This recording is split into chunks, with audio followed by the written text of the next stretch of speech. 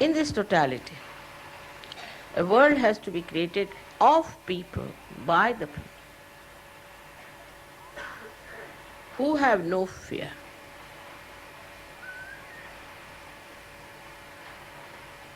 This fear has to be. Behind all this nonsensical nervousness is fear.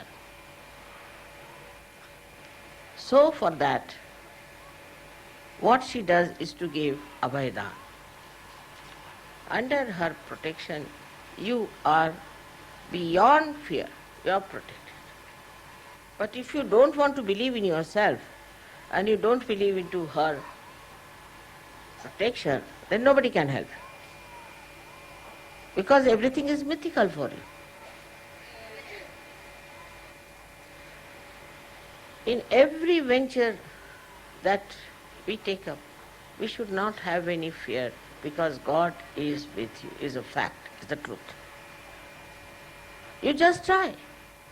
But when you try through your ego, you fall into the trap of fear. I have seen egoistical people are the most frightened people and panicked, because they panic others and so they think they can be panicked one day.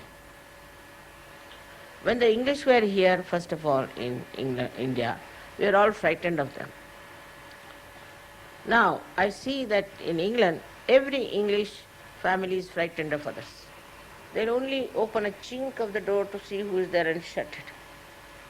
They're so frightened. I'm surprised they are the same English who ruled us here. And we were so peevish before them. And now they are the ones who are frightened of us. Because when a person who is egoistical tries to dominate others, he sees himself in the mirror and thinks that the other person will dominate. That's how this fear creeps into our minds, and we start getting all kinds of these stupid tantrums out of this mythical fear. The fear is created by our ego. A person who has no ego, he'll have no fear, because he has not harmed anyone. Why should you have any fear? And such a man or such a woman will be looked after by God, because God takes over. When you surrender your ego to God, He takes over. But those who have ego, He says, all right, go ahead. Use your ego, try to protect yourself, cut your throat. That's what it is. So when I talk of total benevolence, I am talking about your own total benevolence. So first is the fear, which should go out of your mind completely if you believe in the Almighty God. We'll say, you are Almighty God, you are Almighty this thing. It's all lip service. If you believe that God is Almighty and you are connected with God, then why should you have any fear of anything? But when we say don't have fear, another extreme comes up.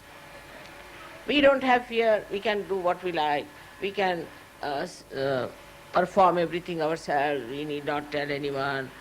You have to tell God whatever you are doing.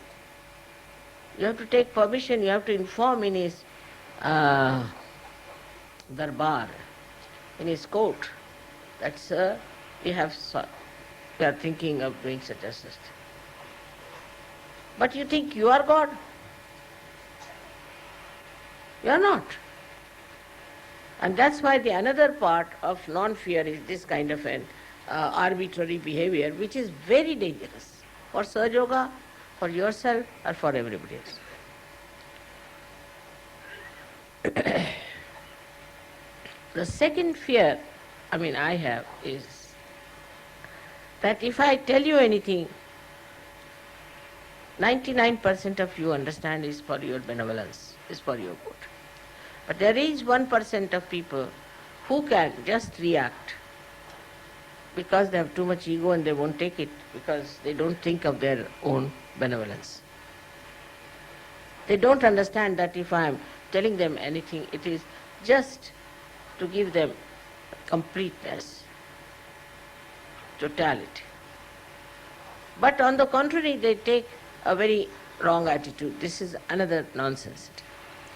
So now one has to develop a kind of a indifference to this kind of people who unnecessarily go to the other limit of their own destruction. I don't want to see what is the point in everything that I'm telling. Only I can tell you, who else? I have to tell you what's wrong with you, what you have done wrong, and then you must change it.